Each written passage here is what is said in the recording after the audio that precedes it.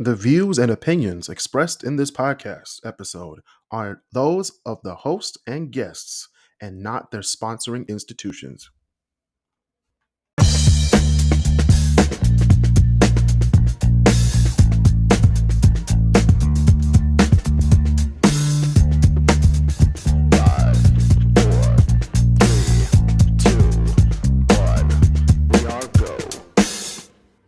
Welcome back to the KrisCross Corner Podcast. I'm your host, Chris Canty. We got Marcel Smith. We got Christopher Bird. And ladies and gentlemen, we have the return of Walter Wheatthins. We're back one of these days, we're going to get like a soundboard or something, and that's going to be programmed in there. I'm working on it. Like that's legitimately going to be programmed in there, isn't it?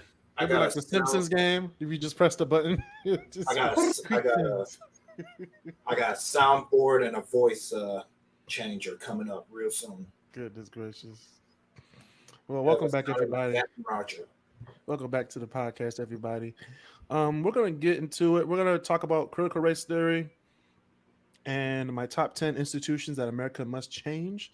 But right now, we're gonna talk about what's going on in the city. What you doing, Detroit?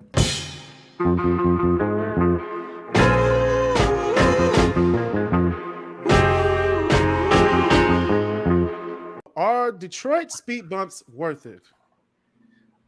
In some areas they are needed, and some areas it's like, why would you put a speed bump there when this is like, it's hindering like the emergency services, in my opinion. Can you imagine an ambulance going over a speed bump? Oh my God! Oh my Lord! Be like, look, he was flatlining until we hit the bump. Next thing you know, he jumped right back up and said, "All right, I'm good." We let him off about a mile. All right, later. how much is this emergency EMS bill? All right, open. Let me off right here. Illinois 6 Mile. Right. I'm about to say, in my neighborhood, we literally got speed bumps, man. I just saw an ambulance come down and just dang, everything fell Great. over. Hey, man, you got the medical equipment about to fall over. Can you imagine somebody's like doing CPR in the ambulance and such, and all of a sudden hit a speed bump? It'd be like, oh wait, crap. What number was on? Was on like 29? Was on 32? Oh, but now I got started over. Okay. The person getting the CPR just gave him the look that the Undertaker gave Goldberg at Crown Jewel. He was like nigga. I can't even do that. I can't even do that face, but it's so funny. But it's funny for all the wrong reasons.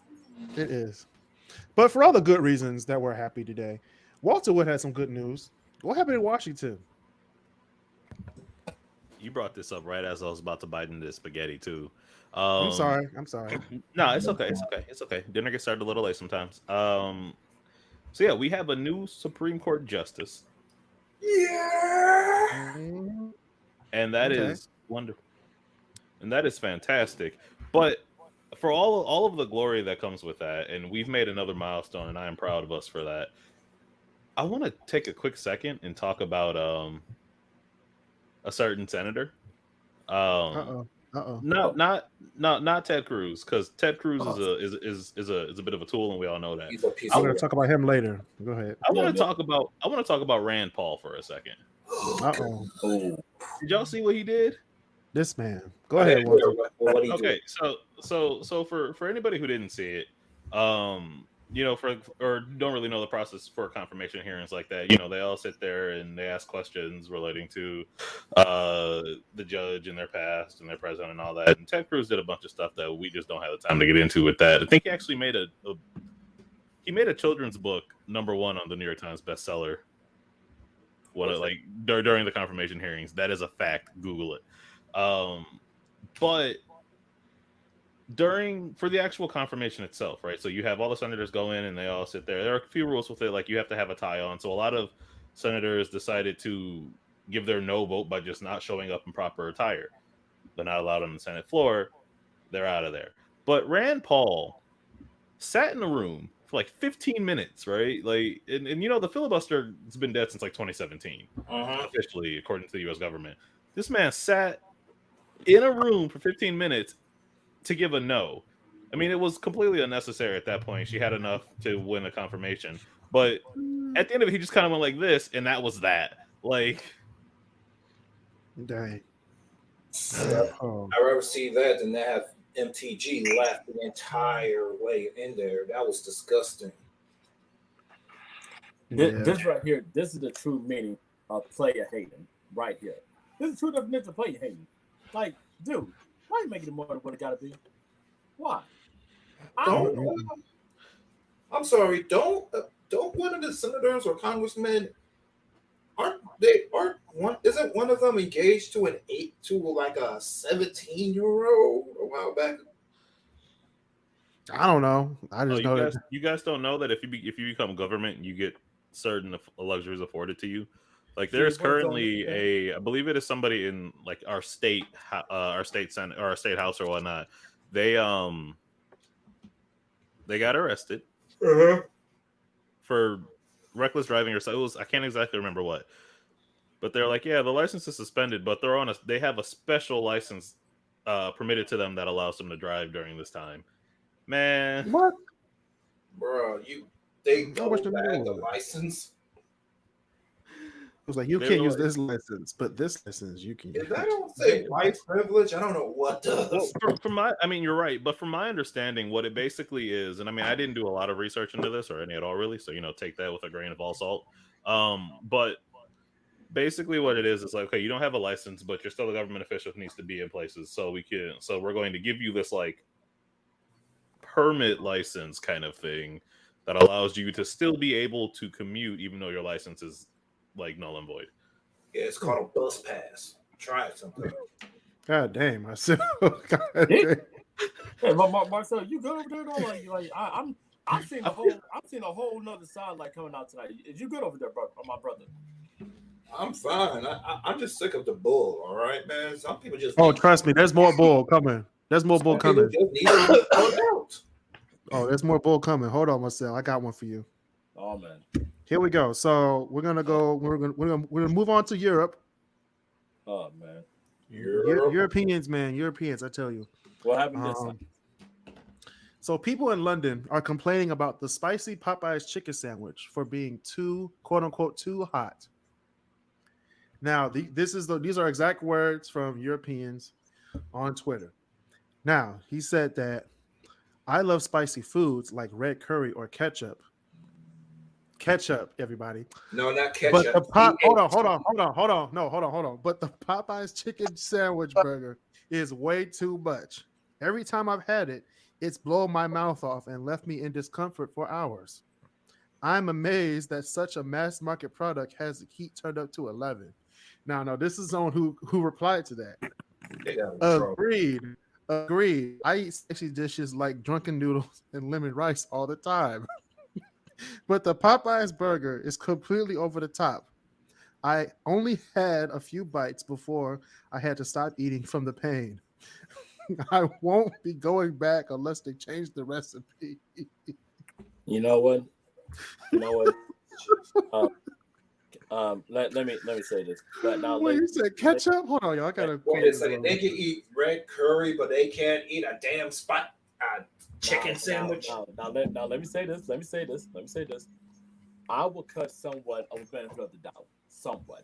Only because some people may have different taste buds, especially depending on what region of the world that you're in.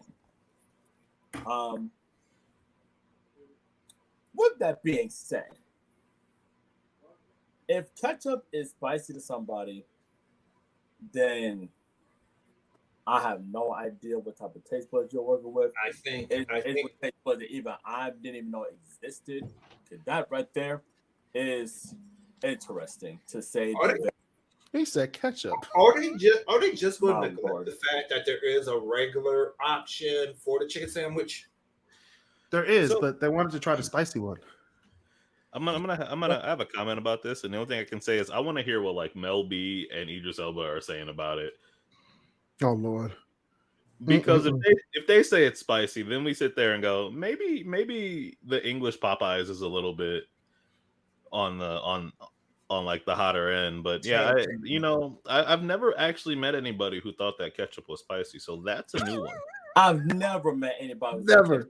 spicy. Ever. Never. There is some spicy ketchup though, so I think you're talking about that kind of stuff. I know there's spicy ketchup, there's spicy mustard and stuff, but I'm never. But regular ketchup, like Heinz, Ketchup's like the second. Ketchup's like the second mellowest condiment there is. The first is mayonnaise. That says something. No, mayonnaise can't be spicy. I'm talking about plain mayonnaise, man. Hey, man, look, we don't talk about mayonnaise around here. If it ain't Hellman's, I ain't eating it. Okay. Whoa! You never had Duke's mayonnaise? Never had Duke's? Bro, they got that vinegar in there, man. You got to try it out. This episode is gonna be a contradiction. We got black people talking about mayonnaise on a CRT episode. If it not Hellman's or Duke's and such, then okay, I'll consider. Maybe the conservatives are right. This is funny. This is just hilarious. I don't like mayonnaise, but to that credit, I also don't like eggs. You also like hot potato salad. Eggs? You don't like eggs? It happens. Some people don't like eggs. No, I don't like eggs. My grandma didn't. You're allergic? No, I'm not. But my grandmother was, and I was around her a lot as a kid, so we never had it, or we didn't really eat eggs. That's fair. And I mean, I've had them. I don't like the way they taste. And everybody goes, "Oh, you should eat them like this." I have eaten them. You should eat them like this. They're the same eggs. Like I've eaten them like 20 different times, like in 20 different ways, and they all taste the same. I don't like the undertaste of it, but no, I don't like mayonnaise. I don't like the way it tastes. I don't like the consistency of it. It's like that scene in Undercover Brother, right? Like you sit there and take 2 squirts of hot sauce to eat it. Yeah, that's me. Like I will literally throw out the bun if it's on the hamburger. Like I was at Wendy's the other day, and I was like, "Oh, let me get this no mayonnaise," and she was like, "Okay, I can do that." And I get it, and I bite into it, and I'm like, "Man, this tastes weird." And I'm like, "Oh, not a mayonnaise." So I literally force feed you Hellman's by the spoon, not on a cracker, by the spoon. Not a spoon. Who hurt you? What else we got, Kris? What else is going on, man?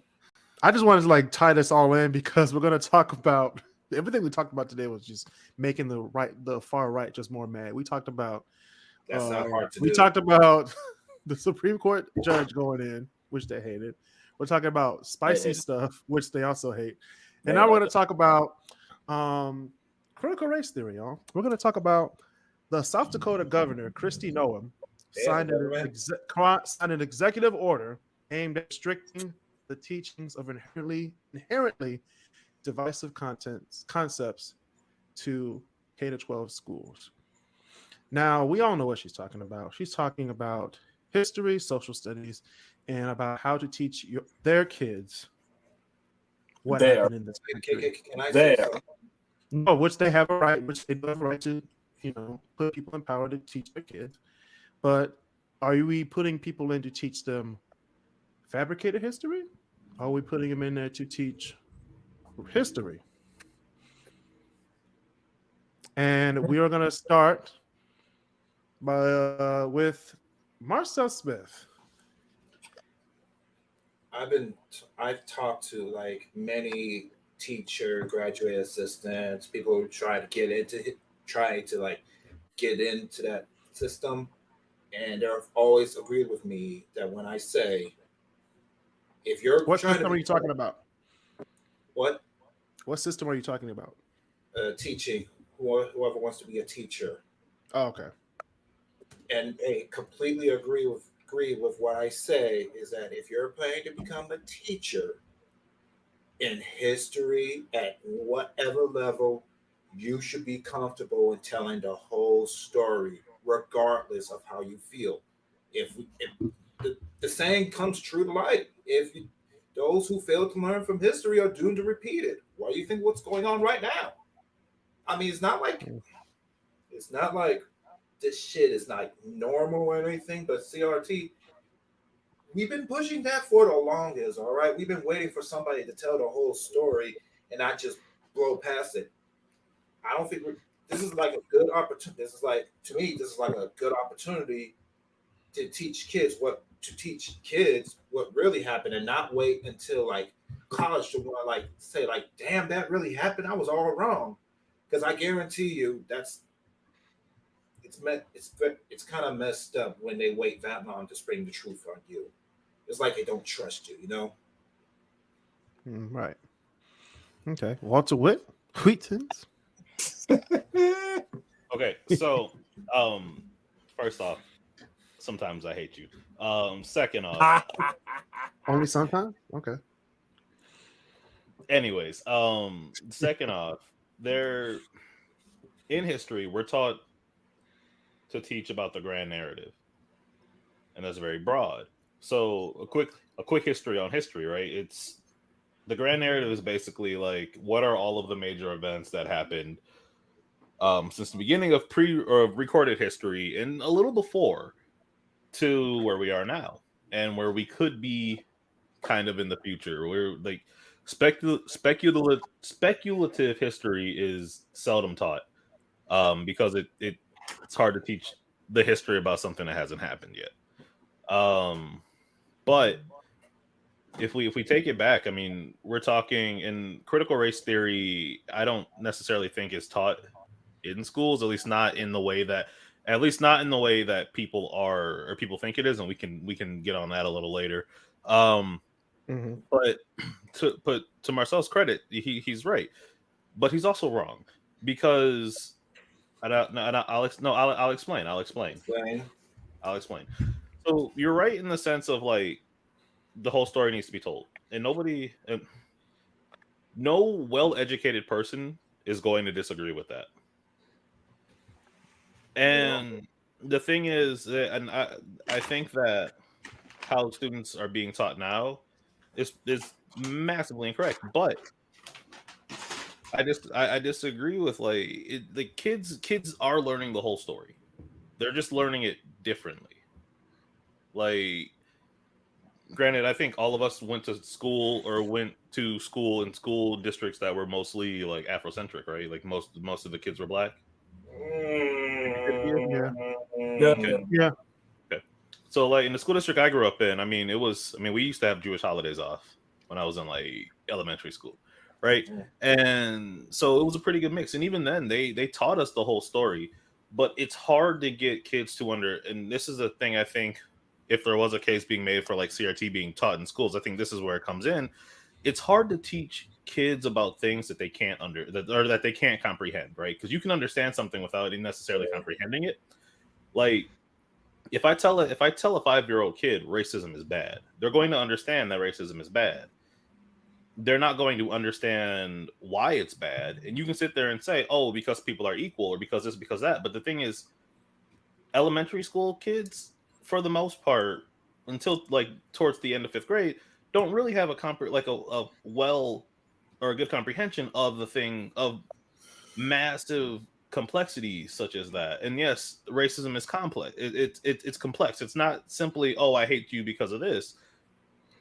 Why do we hate that, right? Like what's the deep root there? Like, and that's the thing that sort of, from my understanding at least, that critical race theory kind of addresses is the racism is there. Why is it there? And in addressing that is how history gets taught as well. But again, I don't think that that anybody under the age of probably 16 can really start to understand a situation what is being taught in a traditional critical race theory, which is why it's a graduate level law class, or not a class, but why it's taught in graduate level law classes, right?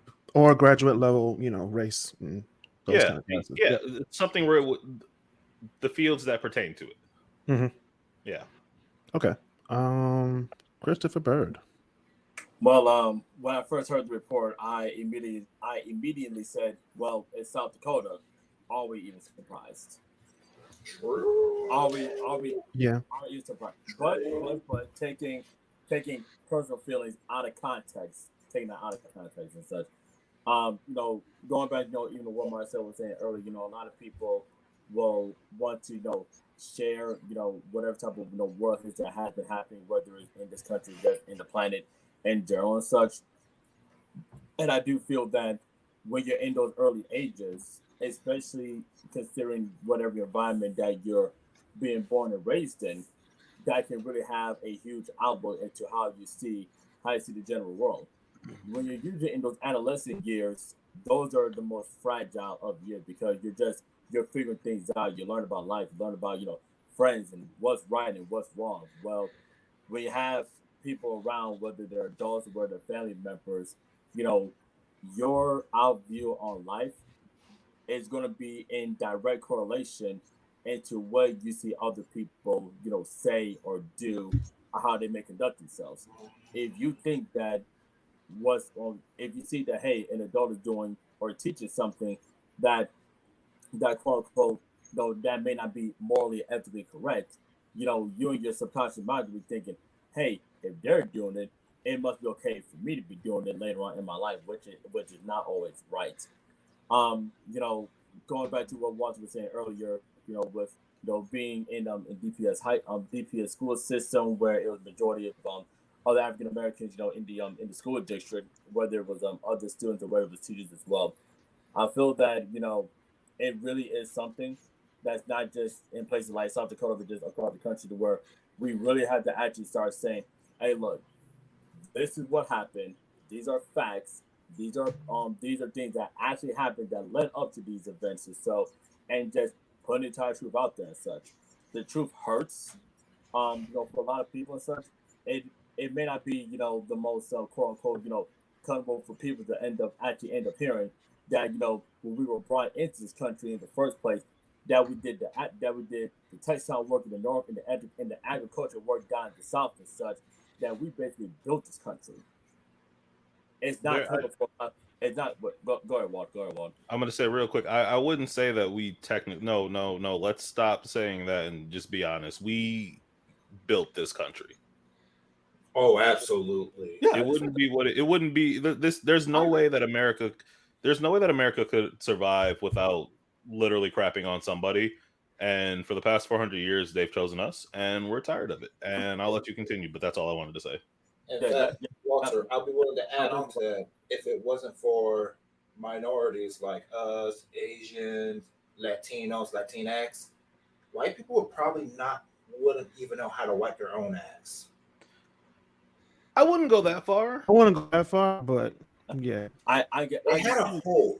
No, I get what you're saying, but I don't think you're saying it the right way. But I agree with what you're saying. A lot of what happens in this country wouldn't be able to happen without us. So much for Martha Stewart endorsement, but it's okay. Well, like I said, consider the fact that all the things I just mentioned, it's not coming for a lot of people to really understand the fact that, hey, we built this country. A lot of people may not want to hear that, but if we're going to be complete honest and such, especially when you're in the educational system where you're literally raising the next generation of future, people who are actually going to be hopefully taking this country forward and not backwards and such, you got to let folks know as far as, hey, this is what happened, this is why it happened, these were the afterbacks of what happened, and so on and so forth. Like, and I know we mentioned on the podcast, I can't remember which time it was, but consider the fact that lynching just became an official federal hate crime in 2022. Sure did. I would like to point out that Rand Paul is also the reason that took so long. That's too damn long. I thought it was Rand Paul. God damn. What they stay in the room and just say, and all that, but the fact that Juneteenth was just recognized as an official federal holiday. Some people still don't know what it means, but it's okay. We'll get to that in a second. It's like some people don't know what it is. So my thing is like, it's one of those things to where you have to really, really actually say, hey, look, this is what happened, and just going on with it, man. Like, seriously, that's my 2 cents about that, y'all. But while we're on the topic of the educational part of this, I don't know if you guys have heard this. It's a similar narrative. I don't want my kids to learn about race. This is also being said by the same people who go, "Oh, I don't want my kids to learn about homosexuality." I'm hearing very shocking, worrisome, shockingly similar. What are they saying? Narratives to this than when California, or not California, but when like Texas and Florida were in the middle of passing their anti-gay laws, or their gay in school law. They don't say gay bills. Okay, so not teaching, It's a product of, I don't want my kids to learn about that, and so because I don't want them to, nobody can, and that's more like that. I mean, they have the right to do that in their own home. However, when they're in school, when they're in the real world, they're going to encounter either hetero, they're going to encounter homo, they're going to encounter plenty of other people. That the white, black, Asian, purple, blue. Well, and Aquaman, they're going to encounter all those stuff. So and you have to learn about it. And again, that's what I'm saying. That's what's worrying me. Is it like the more that I hear this, then my next question is, okay, well, when do the bills start coming in that say, hey, look, we're not going to talk about race, or hey, if my child talks, or that's like that's what they're doing right now. Yeah, I know, but I don't mean just like in schools, man. Like if the way this is going and the way this country is kind of headed, and I don't know if you guys have seen this as well, is that we're shockingly going back in reverse. We are very quickly heading towards the 1950s. Yeah, I was about to say that because if you like what you said about the don't teach gay, don't say gay. If you teach kids, when I say kids, I mean kids meaning they're still in their formative years. When you teach kids not to know about race, one, which we're going to talk about today, gender / sex / identity, feelings or identity, when they're kids, how are we supposed to move on from 2022? Obviously, how are we supposed to move on from now? How are we supposed to move on from 1990? How are we supposed to move on from 1950s when all of us on this call weren't even thought of as a person, basically? You know what I'm saying? Exactly. Yeah, how are we going to move on past 1865 when we were emancipated, quote unquote? How are we supposed to move on from 1776? When they signed that paper? Yeah. Shut up, Walter. How are we gonna move on from? How are we gonna move on from 1609? How are we supposed to move on from all this? So my thing is, we can't. I'm gonna take a thing out of Trump. How are we supposed to be great? How is America supposed to be great if we can't teach our kids how to be great? Well, here's the ace to the Trump card I'm gonna put out there and such. It's funny because I'm in Indiana. When Indiana and Trump go together like peanut butter and jelly. Peanut butter. There we go. Yeah, peanut butter and jelly such. The funny thing is that I still see a whole lot of of whether it's Trump flags, whether it's for 2020 or whether it's for 2024. It's such a lot of that in a lot of people's places. And if people would like to say, out of the 2022 quote unquote make America great again as such, or for 2024, where I just say, save the bull, stop the bullshit, or whatever the case may be, or save America. Well, to that, if you really think about it, was America ever great for people of color or minorities? Even for white people, was it ever great? Exactly. If you want to get down to the very root of it and such, was it ever? Well, and that's the thing. Collectively speaking, as a whole, for about most of everybody that's lived in America from 1609 to now has not had a good time. In theory, like the Make America Great Again and to Keep America Great and Save America Again and no more BS and all that, yada yada yada. And for some people, it was America was great. For certain families, America was great. It was truly a land of opportunity and prosperity, and some people capitalized on that. I know I have some members of my family, both now and in generations before, who have done quite well for themselves, and they've always been able to go back and help their community, right? Like that was a big thing. Yeah. But did they have a harder road to obtain that sense of prosperity than other people? I'll let you read my 15-page research paper on my great grandfather who did have those, him and 30 other doctors started the first black hospital in Detroit. It took a lot. Huh? Where was this hospital? Was it was it I downtown? Dunbar Hospital. It no longer exists. Where was it? What streets? Yeah, I would love to hear. I would love to. I gotta look it up. I don't remember exactly, but basically, and that, like, I mean, they made themselves a lot of money doing it. I'm not gonna lie to you on that. But aside from that, I mean, they still struggled. They still faced hardship. They still had to deal with the same things. And so even for them, right? Like, even for people who were highly successful, who were professionals and who were successful, they still struggled. And that's sort of what we're doing now. We as a country, as a whole, are we actually as a world are living the best we ever have. It's true. Yeah. The way modern medicine is now, you know, like if you get cut, you have a significantly less chance. It's still a non-0% chance. You have a much significantly less chance of losing your arm because, you know, you got cut. Exactly. Like we're making strides. Generationally speaking, this generation, the Gen Zs, you know, the idiots on TikTok all day, they are technically speaking the smartest people who have ever lived. Now, I will say, even though yes, they can be, but if you really want to think about it, such, if you want to split up between, you know, the Gen Z, the millennials, which is all of us and such, and then even dating backwards for that, obviously the boomers and such.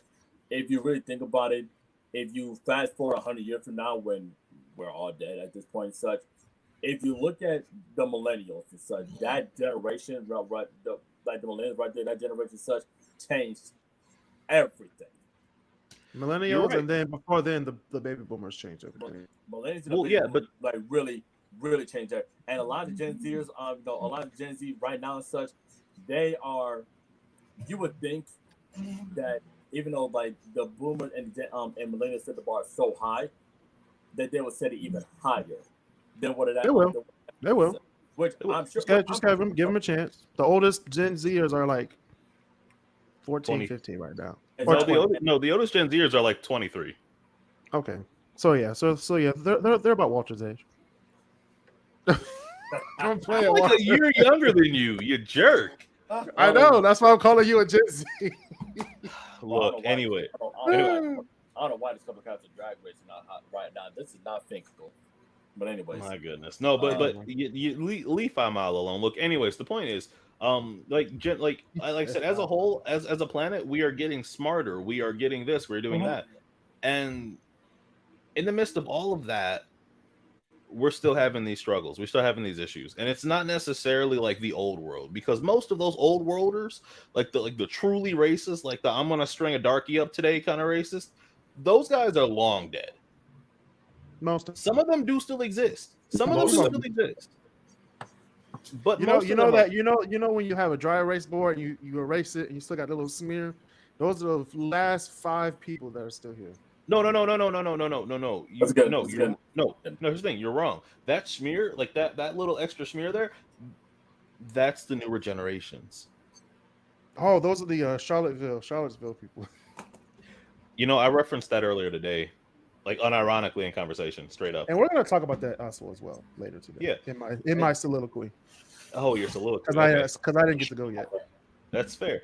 And yeah, but that's the thing is we're starting to see these things, and we have some of those older people who are still saying, "Hey, look," and some of them are very, very quite influential, which is problematic because now. And I was talking to a friend about this, about sort of like the Republican Party as a whole, in recent years, and he brought up a good point. He said Bush caused the death of neoconservatism, which I agree with, and it directly led for like the Trump idealism, which is what's currently in the Republican or what's currently in the Conservative Party now. And it's staggering because those are the people who have no idea what they're doing, and they're still like they have no idea how to be racist, but they're still being racist. They're like, we want what's best, while alternatively saying, well, let's not talk about racial issues. And to an extent, I agree. I don't think kids should have to learn about race. However, everybody that's in this call right now will agree that we didn't have a choice to learn about race. True. Right? Like we just didn't have a choice to learn about race.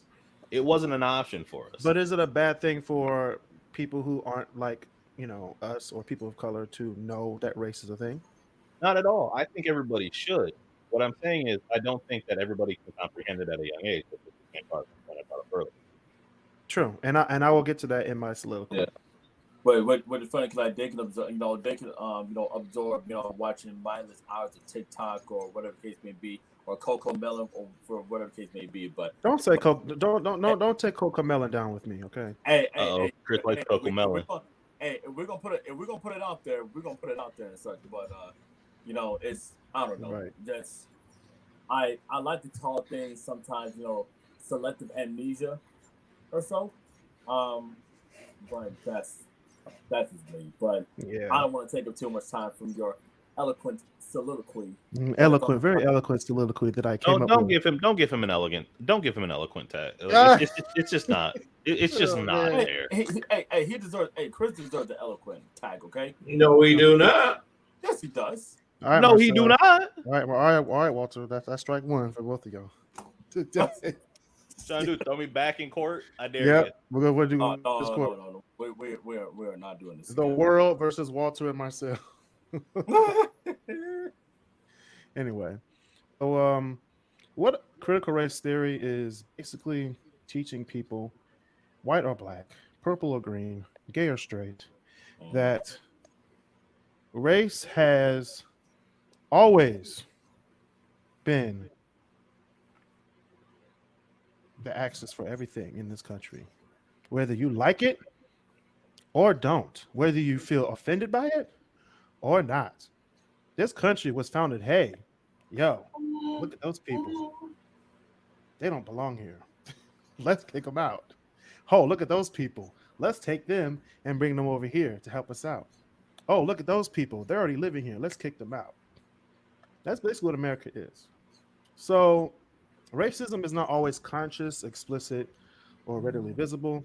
It's off. CRT is basically teaching us that it is very structural and it's very systemic. Systemic and structural racism are forms of racism that pervasively and deeply, they're embedded in our systems, our laws, unwritten or written, arbitrary or right there, right in front of you. They're in our policies, they're entrenched in our practices, in our beliefs, you know what I'm saying, that produce, condone, and perpetuate widespread unfair treatment and oppression of people of color, which has ridiculous consequences either by their health, where they live, economic, which we see today. And that's pretty much all CRT is trying to teach us. Examples of what CRT is in is residential segregation.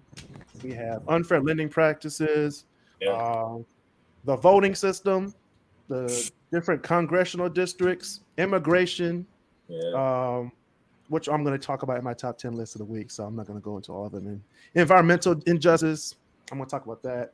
And the criminal justice system of all things. Oof. So, In the criminal justice system. oh Lord. Oh, I knew Anyway. Calm down. Shout out to Law and Order. Shout out to Law and Order, who just had their fifth said their episode reboot, last right? week. Yep, the reboot. Yeah, Fifth episode is amazing. Watch it. of the original. No, the new episode, season 21. Oh, SVU. Okay, gotcha. No, of the original. The original Law and Order. My bad. Yeah, they're in season 21. Dang, bro, you ain't remember? Anyway, I'm so after SVU. a lot of people, including the governor of South Dakota, people see CRT, critical race theory, and they think, oh my God, they're vilifying white people. Oh my God, and they're going to teach my kids how to be racist, or I'm a racist, I'm a slave owner, and the black people are the slaves. Y'all No, vilify yourselves. no, we're not teaching that. We're not teaching that. That's not what CRT is about. I understand, like Walter said, I understand that you can't teach race at a young age because that's what they're going to think. Like, I'm the racist and I should feel bad for you, which you should. However, two things. which, however, that's not what CRT or what the people of color or minorities or the majority of the country or people in higher education want you to think. What CRT is is to educate people about the legacy of America's racist history and is a set of approaches to understand that the history of American society and race has been the unit of measure to segregate the country. We all live in a society that is beyond our choosing, and what we can do today, looking back on what happened at our true history, not George Washington chopping down the cherry tree, Right. okay? Not that BS. Not We that. need to move forward. The true history. What happened back in the day? What happened to the Native Americans? What happened in the Spanish American War? Yeah, What happened during the quote unquote Trail of Tears? What Hey, happened remember during the Maine, Great man. That Migration? helps. Remember the Maine. We can throw Jim Crow laws out there. What happened after the Civil War when black people were on the even playing field and then you guys kind of kept us down? What happened? I just want to say, in the criminal justice system. Oh my gosh!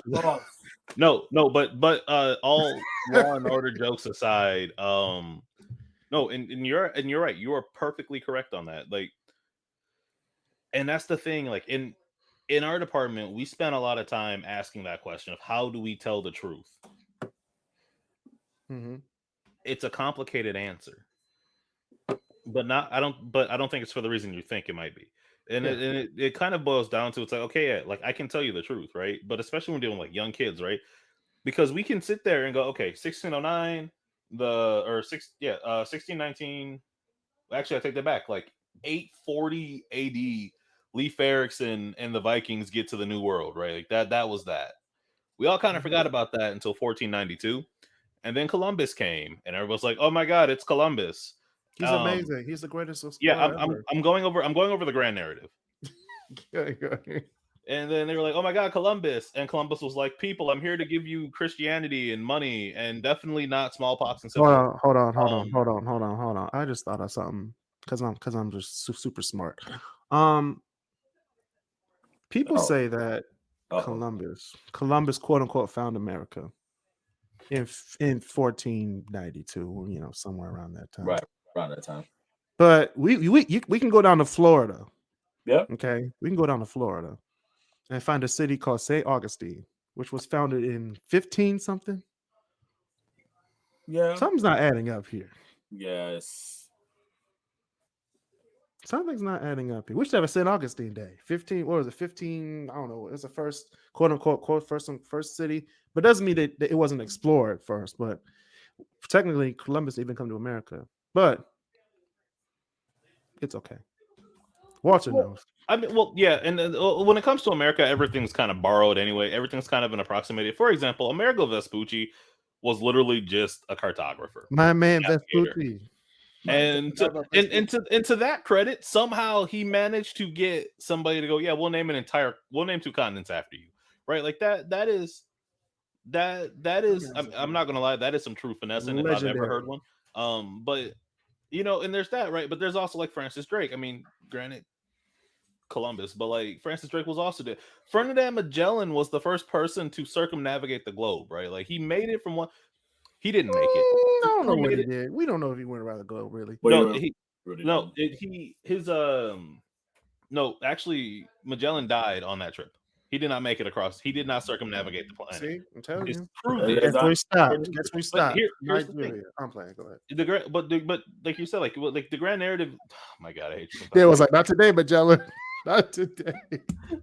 Leave Mutombo out of it. So the thing is, like the grand narrative, and this is sort of what we learned, is that the grand narrative is all taught through European history. Mm-hmm. It's all Eurocentric. Typical, like more or less like Caucasus Mountain European history. Mm-hmm.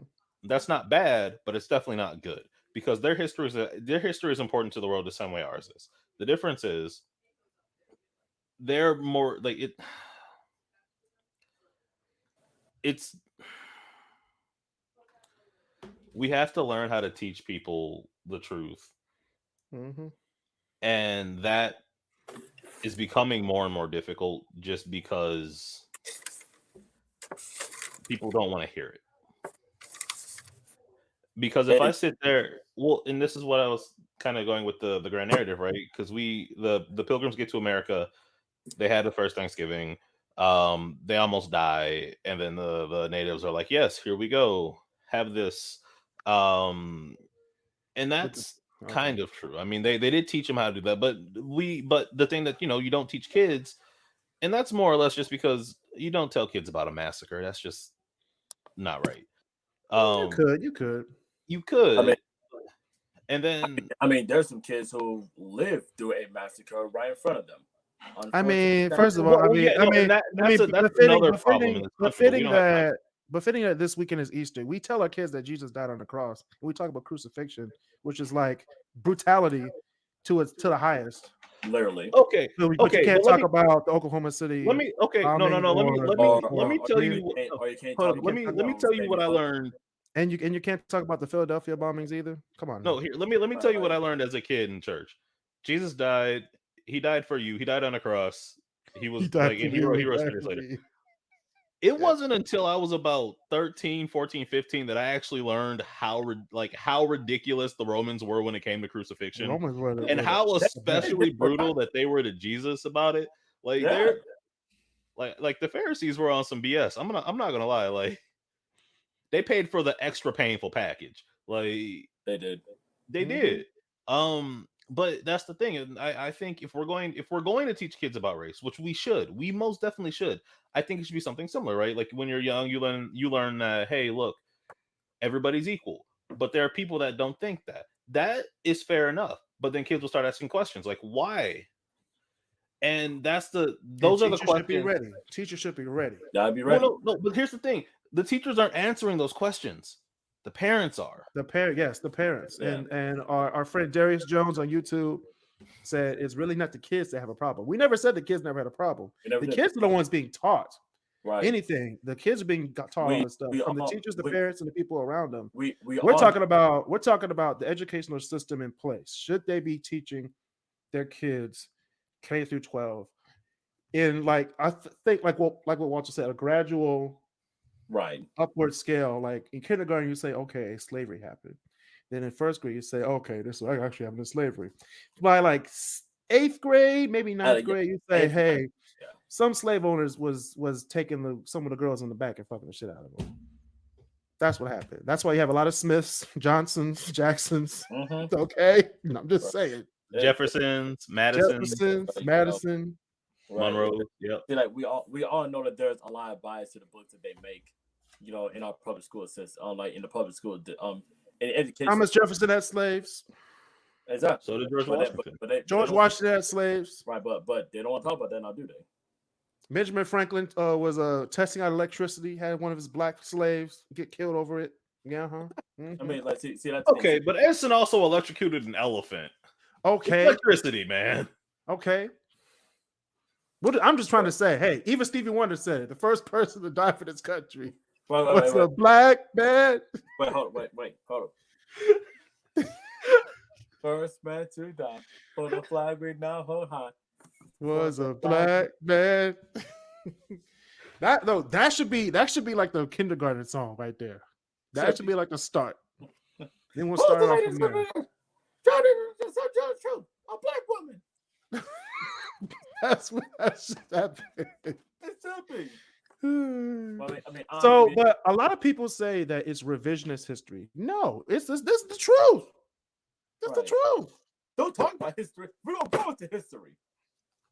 Right. Stop teaching racism in school. No. Right. Like we're not teaching racism in school. We're teaching how racist this country has been. Right. The way how you see the country today. And this is why it's happening. And by people saying, "Oh, you shouldn't teach racism in school," and said, "Well, my thing is, okay, do you not want your kids to actually learn about this country? Well, you can't act as if 400 years of slavery did not happen, because that kind of did happen, and a lot of things after that did happen that affected not just the black community but people of color, different minorities for decades. And it's still happening to now. It's still happening now. If you look at a map of Detroit right now, the fact that it's 82% black is not coincidence. That was deliberate. Exactly. My thing is you can't a lot of people want to try to filter things down or be or have things to be all put on a happy face and such. It did not just go by. But no, it is a dark, cruel, tragic, and sad history that we're still seeing to this day. The only difference is that it's more televised. You can see the things that happen out there and such. Granted, not all of them and such, but but I can't remember who said it, but I can't remember the person who was actually said it, but they said, I think, something like, no, racism is not dead, but it's just more televised. I can't remember. Yeah. I may just butcher that. Yeah, but it's to your point. A lot of people, when the Black Lives Matter stuff started, when they started marching and stuff, people was like, "Why is this happening? Why are you guys doing this? Why can't you guys just be quiet?" The thing is, you had this is in 2015 when they started this shit. Exactly. You had Rodney King assaulted by 4 officers. I mean, more officers standing, or more of them standing around, just watching. Rodney King on TV. And you have Fernando Castillo get shot next to his daughter and his girlfriend / wife.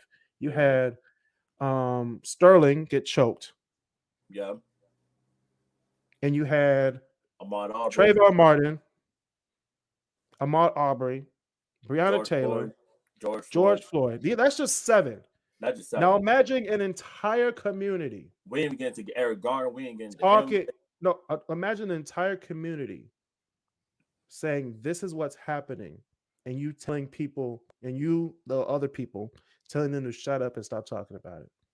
Like, no. That is why we march. That is why we fight for our rights, because stuff like this is happening. Right. And people who are in power, who are the majority of this country, not for long, but say they need to stop and shut up.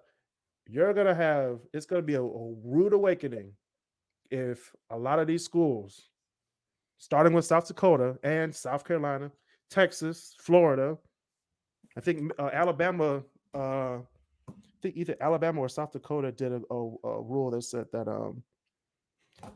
what is that? Transgenders can't play in a different sport or something like that, or some of the transgenders have to go to the bathrooms that they were assigned at birth. Like this, it's becoming. We're going backwards, y'all. Ooh, I want to, because I also pulled up the chat. I agree. I also didn't, and mind you, I study history for it. Like my history, my degree is in history, right? Mm-hmm. I didn't hear about Black Wall Street until I was grown. Right, me neither. I didn't learn until high school. Yeah, and the thing is, speaking on that, it shows that there's a much bigger problem with this country other than, okay, we don't want people to prosper, right? Like, because people genuinely do care. But here's the thing: the people that don't care and the people that are actually actively trying to hurt any person of color, they know what they're doing and they're ready to go, right? Like, it's either going to be systematically or it's going to be with arms. And that is the messed up part about all of this. Is like, if I sit there and go, okay, look, if somebody was to become president and say, hey, look, anything that is racist is now illegal, they're going to get killed. Because at that point, people will go, oh, it's a restriction of freedom. And that's the thing. A lot of the same people that have been, very vocal against things like critical race theory, teaching race in classrooms, teaching homosexuality, not even teaching homosexuality, but just addressing it. They're also the people that say, how dare somebody infringe upon my rights? And don't get me wrong, the First Amendment is there for a reason. But a lot of people think that it does just mean, oh, well, you can't tell me I can't call somebody this. And it's like, no, they don't care if you call. Actually, they do care a little bit. Hate speech is still a federal crime. Yeah, and I agree with that as well. It's a very hard enemy to face. Darius is going to town. Darius is on here going to town. Yeah, but shout out to Darius Jones. Shout out to Darius. On our YouTube page. But Darius is correct. It is very hard to face an enemy when you have stones and they have guns. And they have a constitution. You mean which has been amended 27 times. This thing right here? You actually have okay. All right. I study history. Remember this? Jones Esquire. Dude, I have a book on the naval warfare of 1812 written by Teddy Roosevelt. Naval warfare. Okay, Yeah. so what's the Navy? Is the Navy older than the Army? I need to put this out here. I'm not sure. I'm asking a question. I think so. I think they had to, I don't know. It was just a thought that came up last night. I was like, is the Navy older than the Army? Because I was thinking about Space Force, and I was like, that's new. I was like, which one was more new? Was it the Navy or the Army? So I was just thinking about that last night. Hey, look, man, if Alexander Hamilton can start the Coast Guard, then why not? I forgot about the Coast Guard. A lot of people do. We have one on Belle Isle. I forgot about that. Yep, and shout out to all members of the armed forces. Yeah, shout out to the armed forces. I forgot to say this earlier when we talked about Easter. Shout out to Jesus Christ. Resurrection Sunday is this Sunday, and I have no candy, so just letting you all know. Don't come over my house. But CRT, the army is older by like 20 years. Okay, the Army's older. Okay, yeah. When was the Army? 1775. 77. And what's the Navy? The Navy was 1796, I think. Give me just a second here. 1794. So 19 years. Okay, so about 20 years. Okay, so yeah. And then so going back on South Dakota, female governor, talking about teaching. Of all the people, it's hard to say that CRT shouldn't be taught in this country. A female governor from the state of South Dakota. All the irony right there. You're a female governor of a state named after Dakota. And you don't want to teach critical race theory. That blows my mind. That you don't want to show or teach that this country has been through a lot. That the country only, let me, what is it, 2022? 102 years ago, Miss, what's her name again? Christy Noam, 102 years ago, you couldn't even vote. You were considered property of your husband. Well, technically you still are. But we're going to move on. Real quick. The Dakotas. Come on now. All the Native Americans in the what is it? They're not conservation camps. They're reservations. Reparations are what we're owed. Reservations are where the Native Americans. I was going to say concentration camps, but they're not concentration camps. They are reservations. They're land set aside for people that that the government knows where they are. So when they execute Order 66, anyway. So, hey, real quick before we do move on, I would like to say that a book that really kind of helped me understand a lot of what goes on in this country and sort of how it got there, is the Norton Book of American Autobiography. What is it called again? The Norton Book, Norton Book of American Autobiography. Essentially, what it is it's different excerpts of several different writings and autobiographies throughout the history of the Americas. White, Black, Native, anybody who had something to say in that time has a spot. And it's not like it's everybody's autobiography put together, because that's just too long. But there are like a chapter or like I said, or an excerpt of every or of different things. And that way you can kind of see it in a way. It shows the path of America. It shows how we got here. And if you read it well enough and understand it well enough, it'll show you where we're going to go. Right. And I have another book for like urban planning and history in general. It's Richard Rothstein's The Color of Law. Mm-hmm. It teaches you the forgotten history of how our government segregated America. These are actual facts. These are the actual laws put in place to segregate and keep people of color down. Even low-income whites, they kept them down. So please read that book. Well, on that, Kris, I want to ask you, do you know basically how Jim Crow laws got started in the South?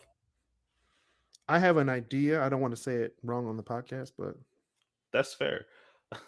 I don't want to say anything wrong on the podcast. Without going too deep into it, on a very broad, very basic level, the Civil War happened, and everybody was like, "Yeah, no, the black people are free, yay!" Yay! That's what they said down south. And here's the thing about it. In the slavery era, I don't remember if this was taught or if this is taught or if people know this or not.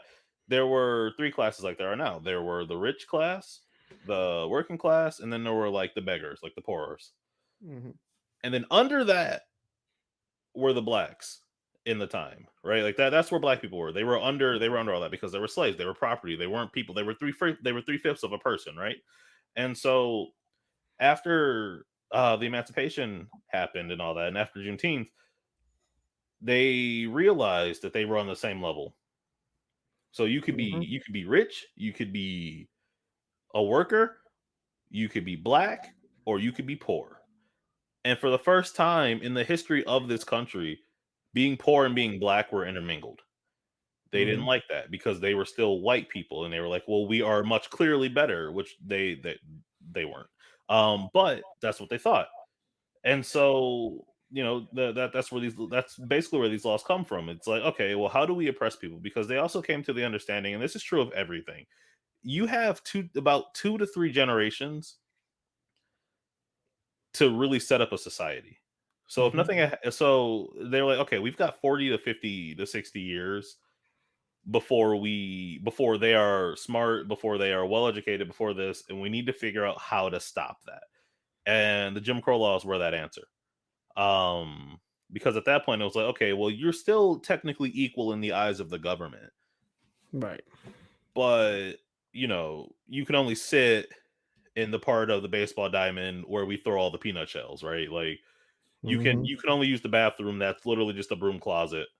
Like you have to sit at the back of the bus, right? Like that, you can't drink from this water fountain. You can't drink from this water fountain. You can't go to this one specific school, right? That was the roadblock. And we figured out how to jump it because we can jump kind of good sometimes. LOL. Go ahead. Keep going. But that's it. It was a roadblock, and we jumped that roadblock. So what was next? How did we go? Like what happens there? And that's where we started seeing a much broader yet a lot more pinpoint systematic problem with racism in this country, right? Because now we're kind of getting to the point where it's like where they started introducing like redlining, like, oh, you've made money, congratulations. Well, anything north of here is still unavailable to you. And even if you were to come in, like, let's say this house was $5,000. If you came in with $10,000 and said, I'm going to pay $6,000 for that and give you the car, and you'll give me a car, right? You'll give me a brand new, like 1945 Buick Roadster, right? Like that's congratulations. Not the Buick Roadster. Well, but you get what I'm saying, right? Yeah, I get it. So it's like, okay, well, that's great, but you still can't move there. And it's like, well, why not? And that's the thing. That's we've been arguing the same thing over the past like 300, 400 years. Why not? Well, you guys can't be equal. Why not? You can't move here. Why not? We can't talk about race. Why not? And a good thing you said about redlining and not moving places. That owning a home is pretty much your wealth in this country. Most of your wealth comes from owning your home, owning a home, owning multiple homes, owning a car, going to school, going to college, going to a good school. Home values and home ownership is much higher in the white community than the black community. And that is very deliberate. Like what you just said, you can't move here, you can't move there. The city of Detroit is a great example of this. A lot of suburbs, starting in the inner rings like Southfield, Westford, Livonia, Tremix, those ones. Those were like the first but those your go home, hey, the city's down there, here's my close suburb so I can get to work early. As black people started moving out of the city or moving across 8 Mile, across Telegraph, across Gratiot, across Mac in some areas, white people started moving farther away and farther and farther. And that's why you see a lot of white people out in South Lyon, Waterford slash was it Clarkston out by DTE slash Hey, look, Pine Knob. I work in the South Line. All right, I don't want to hear it. That's why you see a lot of people moving out that way. And you know, it's a spread in how more the house values are more as you go farther out, and they're way cheaper. And that's why you have there are lesser schools in the inner city because most of the people left, and then all the funding for all those schools goes away towards the suburbs because that's just how the system works. That's why you got to come to school on count days. All right, come to school on count day. All right, that's a huge day. But yeah, it's no. go ahead, Walter. Go ahead, no, Walter. you go. So basically, CRT. I'm gonna wrap it up like this. CRT is basically teaching us that systemic racism is a problem, and if you live in this country, and if you go to K through 12, going to college, or any type of schooling, when you go outside and you see things like, hey, why are those people living over there? Oh, why is that over there? Why is the houses over there bad and those houses are good? Why are there more black people here? Why are there more Asians right here? Why are there more white people here? Look no further than systemic racism and systemic racist practices that have been deemed legal until this day. Well, go ahead, Walter. Okay, so again, shout out to Darius for being part of the conversation, right? Shout out to Darius. Yeah, I wouldn't necessarily say that so breaking it down, like once we move past the 50s and redlining, actually once we move into the 50s and more redlining. Actually, I'll address the last comment that he said. Okay. But go ahead. Yeah. So as we move on, what we now end up doing is we go, okay, Washington gets this really great idea, and not like the president, but DC.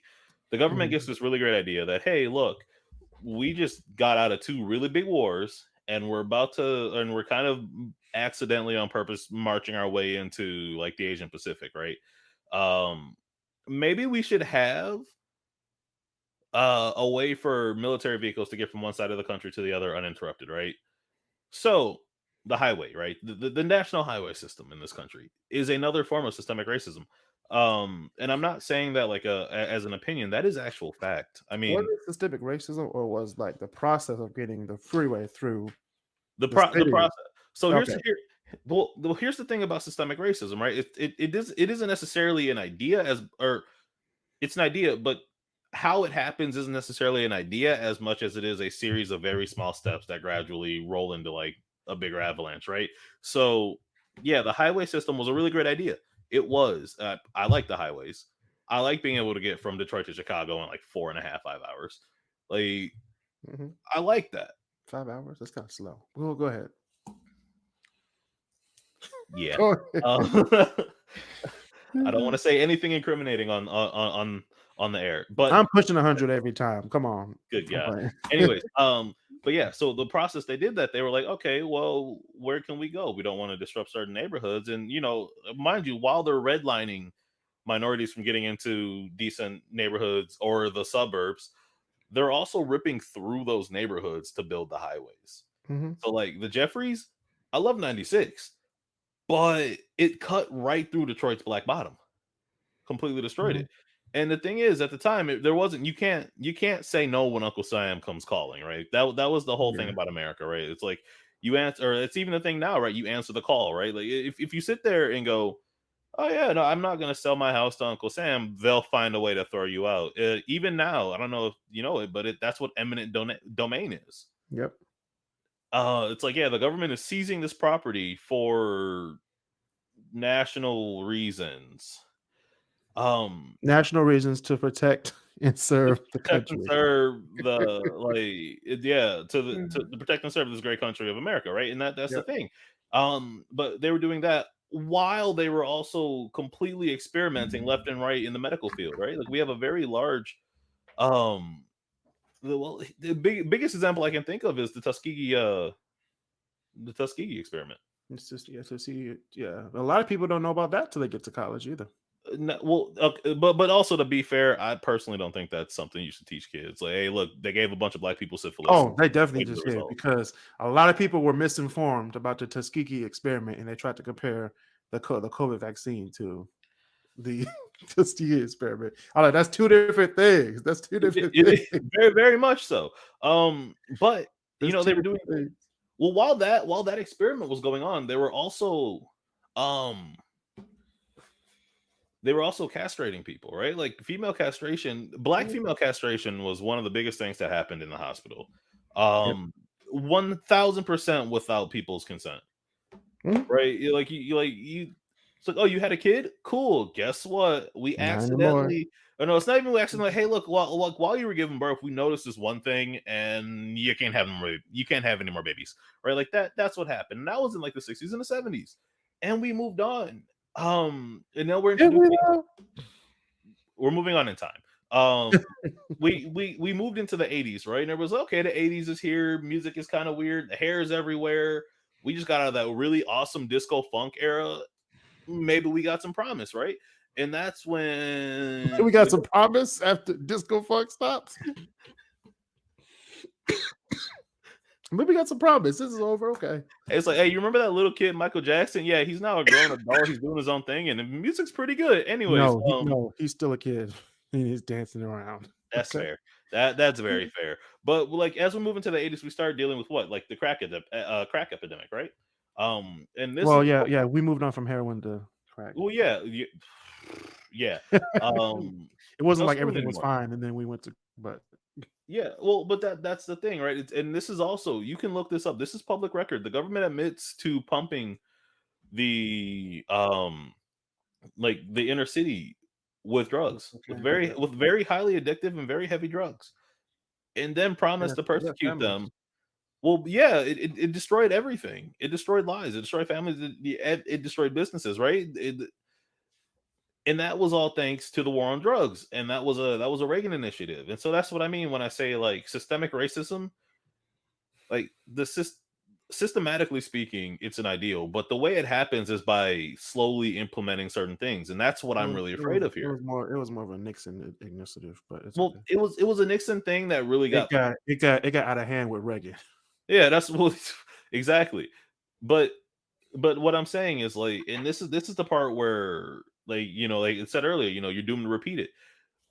Mm-hmm. I'm noticing a lot. I'm noticing a lot of very, very worrisome things that have been happening in this country over the past like 10, 15 years. It's eerily similar. And the sad part is we know it's like we know what to do. We're just not doing it as a country, not as a people, but as a country. Yeah. We know what's going on. We're not standing for that. But here's the thing. Why would you tell somebody to change their lifestyle if they have a good lifestyle?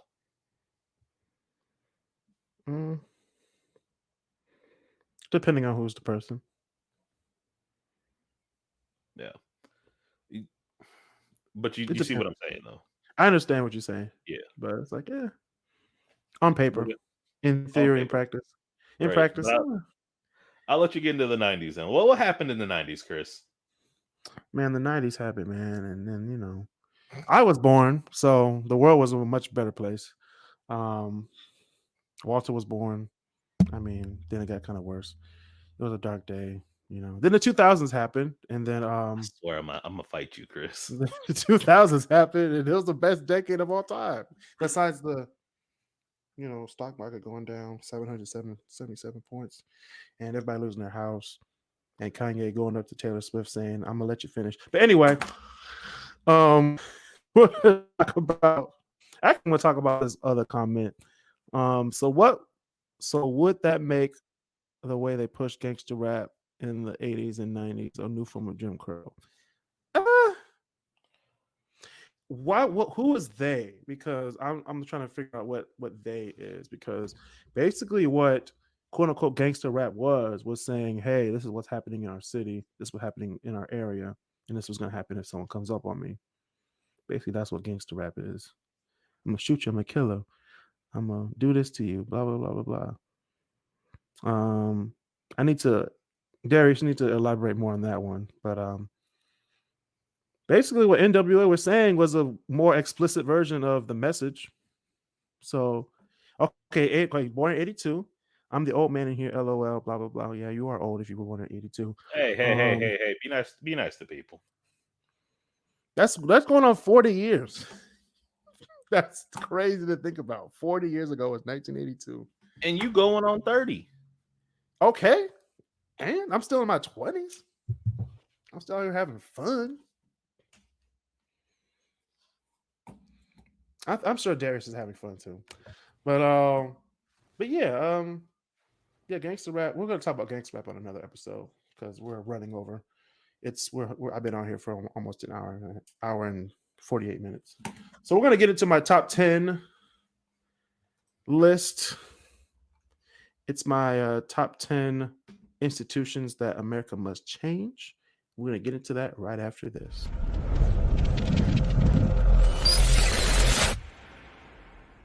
Okay, my top 10 institutions that America must change. I'm going to go through this list and give you some examples. Number 10 is the voting system in this country. We need to change the voting system in this country because a lot of people are fed up with what has happened the last few elections, specifically the Trump election. He didn't win the popular vote, which is pretty much, the popular vote is pretty much every vote counted in the election. We go by the Electoral College. So he won the Electoral College, sadly. But we need to change that system. What do you think, Walter? Should we change the voting system in this country? This is a hot take, but no. Uh-oh. Jesus Christ. Why shouldn't we? Okay. So the whole point of the Electoral College was to represent an area, right? Like, let's say we'll use Michigan as an example. Michigan has about 10 million people in it. Of those 10 million people, only 4 to 5 million will actually go vote. The whole purpose of the Electoral College is to sit there and go, okay, so we can get a fair representation of the country based on these, or of the state based on these votes. And 10 out of 330 million is this percentage of the country. So we'll take that and divide it by like 10. And that's the number of electoral votes you get. I do think it should be, I hear a lot of abolish the Electoral College, and I disagree.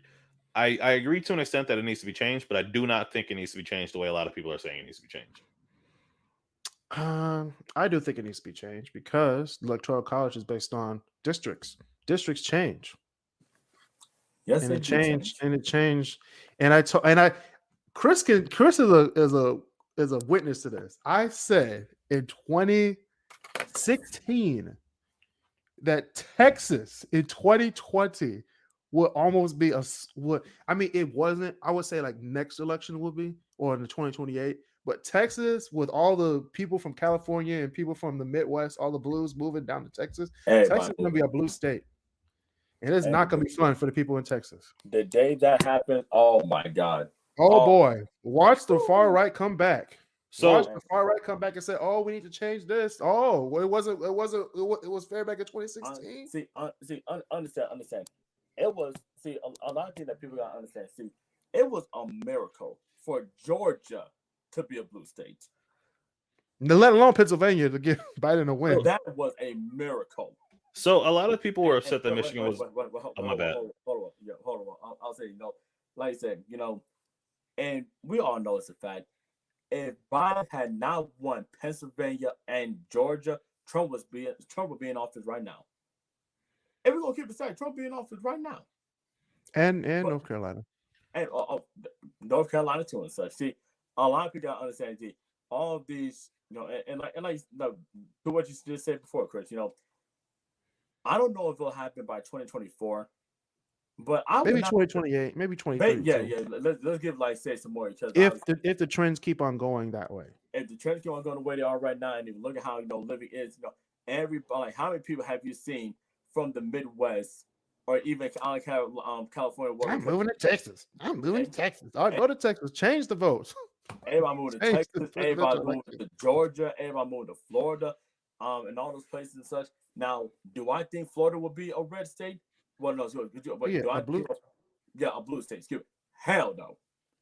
Okay. Hell no. I don't think so.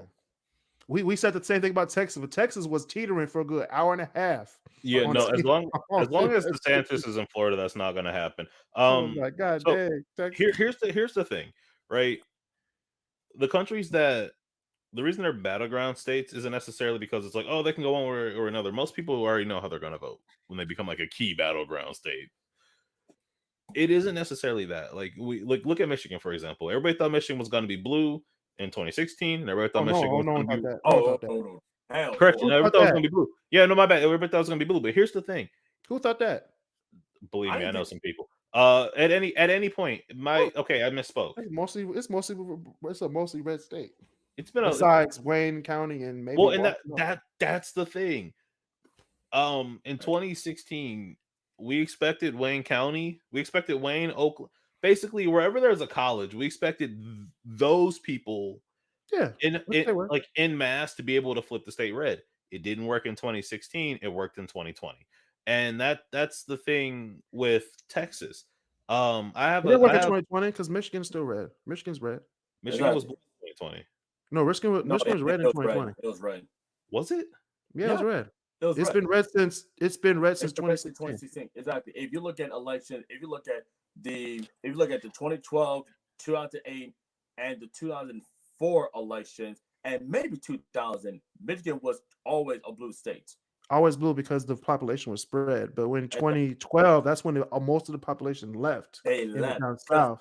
That's when Obama was like this close to losing to Mitt Romney in 2012.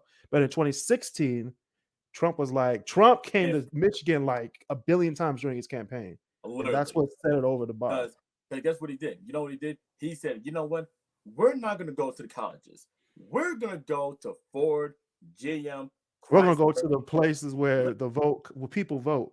Let's go to the place let's go to the heart of the Motor City. Let's go there. Because if you No. He said, let's go to the Motor City. Let's go to Warren. I was like, hold up, pause.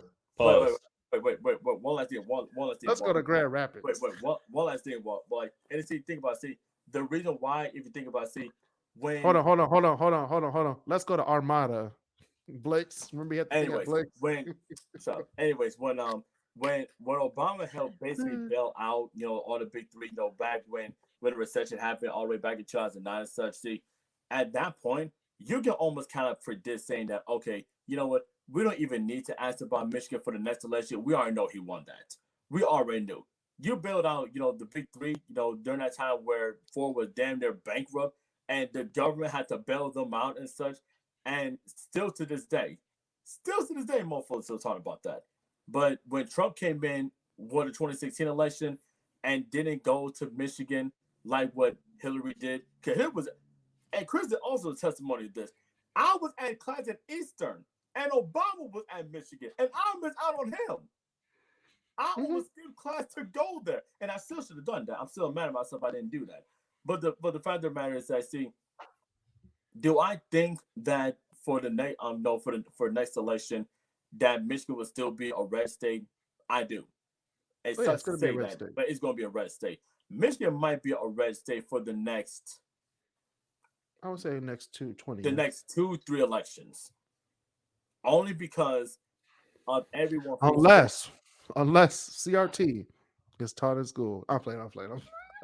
And if you look at it, a big call for why it's a red state right now and why it will be for the next few years and such. Even though Big Gretchen is still holding it down over in Michigan and such, a lot of those people who were there, during Obama's years and such, or even between 2004 through 2012, they left. They went to the Georgia, they went to the Florida, they went to the Texas, out in the country and such. They dipped. Leaving the red people. Yes, and the day that if I were to live to see Texas be a blue state, oh my God! If Texas becomes a blue state, the Republican Party, shit. That is the beginning of the end. I see your hand, Walter, but we got to move on. But the voting system does need to change. I wouldn't say like I mean, the electoral college is a good way on paper back when the people made it up. Literally. But it's 2022. We need a new system. Look, can I do have one or two last things to say on this. I know it's been going on for a while, but it is necessary. First, I looked it up. Michigan was blue in 2020. Second, here's the thing with I don't know, but that's just here's the thing with that, and I agree. But Texas recently did sign several laws into effect that have been severely unpopular with with Democrats and with the leftists and with liberals. And here's the thing, I disagree. I think it's going to become more red because of that. Because the people from California, they're also leaving. But here's the thing: Silicon Valley is leaving. Yeah, Silicon Valley been left. They're in Texas. No, but they're leaving more now. Like Silicon Valley is deserting itself because California is just too expensive, and so we'll see those blue votes go elsewhere. But I don't think they're. I agree with you, Bert. I don't think they're coming back to Michigan anytime soon. Hell no. And the same thing with Florida. I think Florida is going to stay red for a long time. I think it will. Exactly. I mean, if you think about if demographic changes don't mean anything to you, Georgia's 16 votes put Biden, and Pennsylvania's 20 electoral college votes put Biden into the Oval Office. If he did not win either of those two, say Trump is in office right now. If we're gonna keep it a stack, let's keep it a stack. And what were you saying earlier about Silicon Valley and such? Traditionally, the only people the only reason why people are leaving California in droves is because California is. I wouldn't say it's expensive. I would say the taxes are ridiculous. On top of it being expensive, right? A big ass tax, or would you much rather go to Texas or Florida to where there's no state income tax? Yeah, but there's no state income tax, but you're also paying high property tax. Hey man, look, they can have higher property tax, and they have laws against black people. So I'm just saying. Yeah, no. I have family in a few different college towns in Texas, and like they've grown. Like my cousins used to live in like a very small college town. It's grown 300% in the past like 10 years. Yeah, so they are getting. Boston used to be really small. Yeah, now and they're one of the biggest cities in Texas. And they're getting more people and they're getting more liberals, but they're also getting more conservatives. And when you pump more conservatives into a conservative state, and you're pumping liberals, but you're not pumping as many liberals, it's going to stay that. I don't think Texas has enough liberals to swing Texas blue in the next few elections. Ooh, okay. Watch us set that. I'm going to write it down. Write it in blue. No, I'm going to write it in red. I would say that I am currently living in the state to where you will never have to question if it will ever be a blue state, because Indiana is never going to be a blue state. That's never going to be a blue state. It's never going to be a blue state. I mean, it has in the past, but not now. Yeah, but it ain't gonna be one right now. So here's the question: do either of you know how we used to elect presidents before we had like a two-party system? They put them at gunpoint and say which one has the gun.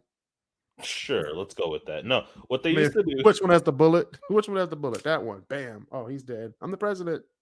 I mean, you're not right, but you're not super wrong. So they didn't shoot people. But what happened was, let's say the three of us were running for president, right? Let's say not Bird. Let's say Kris became. I'm about to say he got 2 of them. Well, yeah. No, but let's say he won the most votes. He's president. Let's say Bird won the second most votes. Congratulations, you're vice president. It's a flawed system, but I think it would work a lot better than what we have now. Yeah, I guess. You mean to tell me you wouldn't want to see the really ridiculous like dramedy that would be Joe Biden as president and Donald Trump as VP? No. That would suck.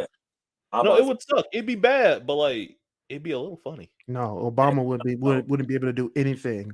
As bad as he already wasn't able to do anything in the beginning. But if you had Mitt Romney or what's the other person you went against? But he just died. He died not too long back. Imagine having John McCain. Thank you. If John McCain would have, John McCain would have been a better vice president than Mitt Romney, because John McCain was basically a moderate Republican. He was chill. Here's the thing: 2012 Mitt Romney was a lot more uptight than 2022 Mitt Romney. I legitimately like how Mitt Romney's been in like the political sphere in the past 5 years. I haven't agreed with everything, but I have agreed with a lot of the stuff that he said. Okay. So Violet's tick is triggering my Tourette's. Yeah. So this is what I'm gonna say about her first comment. She said, blah blah blah blah blah. The voter system. You just need better candidates. No, you want to know why? Guess who vote those people in to be the candidates? We do. The people of the United States of America. Literally. So, if you want to go on Biden versus Trump versus Hillary, you got to go on who voted these people into becoming the majority candidates. Not only did Trump, I'm gonna stop right here. Barack Obama. Get some water, Chris. Get some water. I don't need no water because I'm gonna say this right now on this podcast so people. He's looking a little sweaty right now. I'm not even sweating. I'm not sweating. I'm gonna say this right now. It's because it's light. I'm gonna say this right now on this podcast, on the KrisCross Corner Podcast. Barack Hussein Obama. Talk to him. It's not the American dream. Not only did the next person in line after him, not in line, but the next president after him, no political experience. Zero. Grabbed a woman's pussy. Said that he doesn't care. Said that the president before him was an American citizen. He did say that. Put stuff in the press to get 5 people from New York City arrested. You have a Twitter war. And tried as an adult when they were only 6. The oldest person was 16. You have a Twitter war. No, hey, Chris, I'm talking right now. Not only did this person beat Jeb Bush, Ted Cruz. They made him quit. He made them resign, concede, and say, hey, take the Republican Party in your hands. Donald J. Trump, I'm saying this on this podcast, is the American fucking dream. Not only can this man become president again in 2024, which if we do not do anything this year, 2022, he can be the president again. The American people make the 2 candidates. You cannot say it's the lesser 2 evils when the people are putting the lesser 2, the quote unquote 2 evils for the choices. You can't. They put them out there. You can't. In 2016, I voted for Hillary because Trump, on paper, was not the good choice. It wasn't. Okay. In 2020, after all the BS that Trump put us through, and there was a lot of it. Not the Republican Party. I have no problem with the Republican Party. Donald Trump needed to go. Donald Trump was fucking it up for the GOP. Okay. Literally. Okay.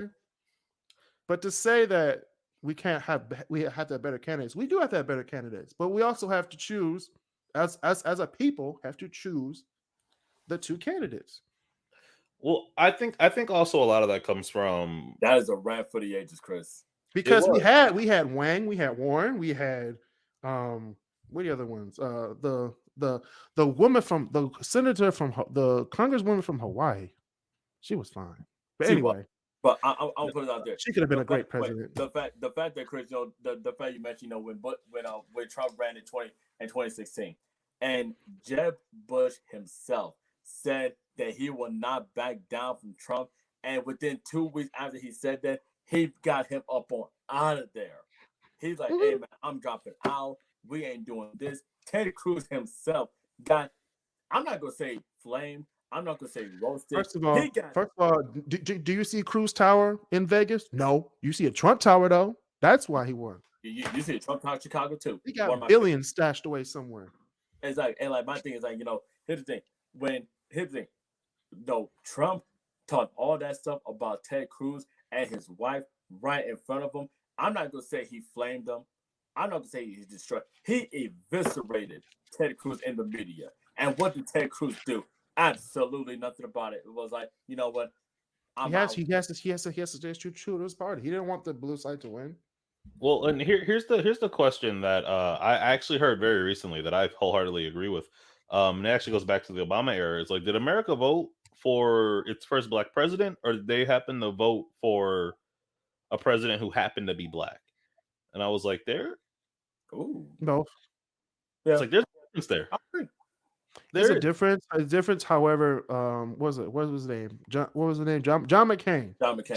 When John McCain was going for president.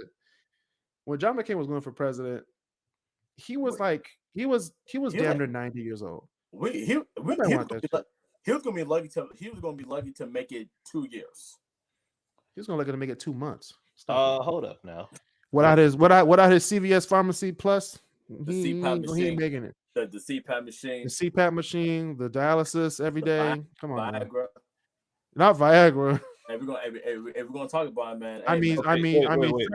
Sarah Palin was his vice president. Anyway. Okay, but wait, what? You do realize that McCain was like 72 in 08, right? But when you're white, you look 90. Okay, but our current president is older than that.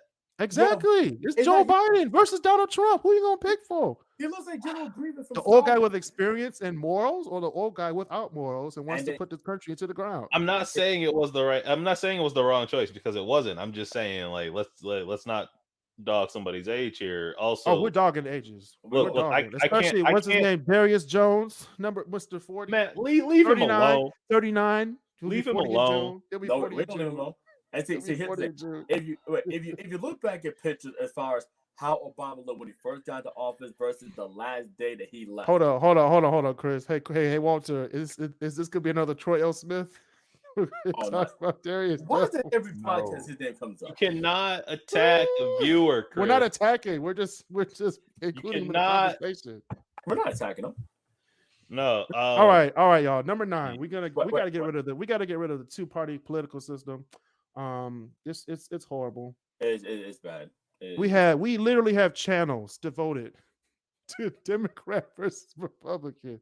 It's really well, it's like I mean, if you look at Fox News, you might as well call it, Republican. No, you know what's funny? What? You know what's funny? When Obama won his second term, you should just watch Fox News. Just watch. Man, it's amazing. It's amazing. No, it's not talking shit. What is number 9? Man. I just said get rid of the two political. Get rid of the two political system. No, that sounded like 10. No, 10 was the voting system in this country. Yeah, I'll say this right now. I think a lot of people, now that Obama has not been in office now for going on 5 or so years, a lot of people really got to understand how much he did throughout the 2 terms, considering where the country was at that time, the economy-wise, and among other things and such. I mean, people really got to understand all the good stuff he did, because he did a lot of bad stuff. Right. I mean, every president in this country. There has never been a president in the history of this country to say they did every single thing right. People are gonna like what you do. People are gonna hate what you do and such. Mm-hmm. But at the end of the day, did the rights help the country progress forward, or unless you're like we did until 2016. Yeah, and then it was like, you know what? And then he was like, you know what? This. Oh, Obama. And I'm not saying Trump was the worst president ever. I'm not saying he was he's a bad president. He was a good president for some things. He was majority bad, but he did some good things for this country. Right. In my opinion, he was the worst president in 100 years. Considering that, like, in our lifetime and our age bracket, can we say that this is the worst president who we have physically have lived to see? Absolutely. I want to say that. I would say he was in my opinion, Donald Trump, his world to that's inspirational. If I turn 35 tomorrow, I'm going to do except for the stuff like say bad things about Mexicans. Yeah. Women and stuff. If I could just say what's on my mind and win the presidency, oh my gosh. You know, Kris, I want something else noted on this show. I'm gonna say this right now. I hope you got that pen ready. You know what? I'm not writing any more prophecies on this day. Okay, it's about to run out. Okay, I'll say this though. This is on my own mouth. You know what? We have 8 more institutions to change. So hurry up. Yeah, we got to make this quick. All right. I would not be surprised if, at any way, shape, form, or fashion, if The Rock. No, we're not. He's not running for president. They said the same thing about Ronald Reagan in the 50s, so I'm not going to say it. But I will admit though, I'm gonna laugh when Elon Musk or when somebody goes, "Hey, Elon, run for president," and he tries to, and it'll probably be the only time where like the Constitution. I'm putting my Dogecoin back in. We're putting it in. He can't run for president. Yes, you can. I mean, no, he can't. Could.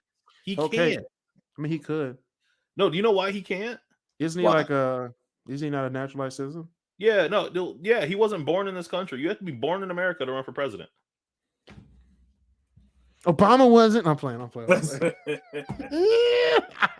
ahead, Chris. Go ahead. So much. Go ahead, Chris. Anyway, number 8, environmental racism needs to change. Yep. Prime example, Flint water crisis. Oh my God. That's all I gotta say right there. Yeah, number 7, the immigration system needs to change in this country. I don't think we need to abolish ICE, but a reform or a reform would be. Yes, we need some reform. Education system. We just talked about that all day today about CRT. The education system, as informs to how money is dispersed to the schools. Usually it's the more homeowners, basically by ratio, but the more homeowners you have in an area, the more money stuff goes to, which is not fair because most people in the inner city don't own their homes, so it's kind of a disadvantage.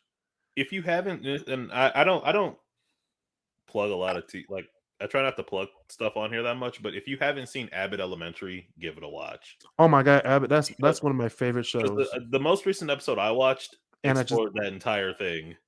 It's like we're they talk about that. Yeah. Or they're like, well, our school's broke, but our kids aren't bad.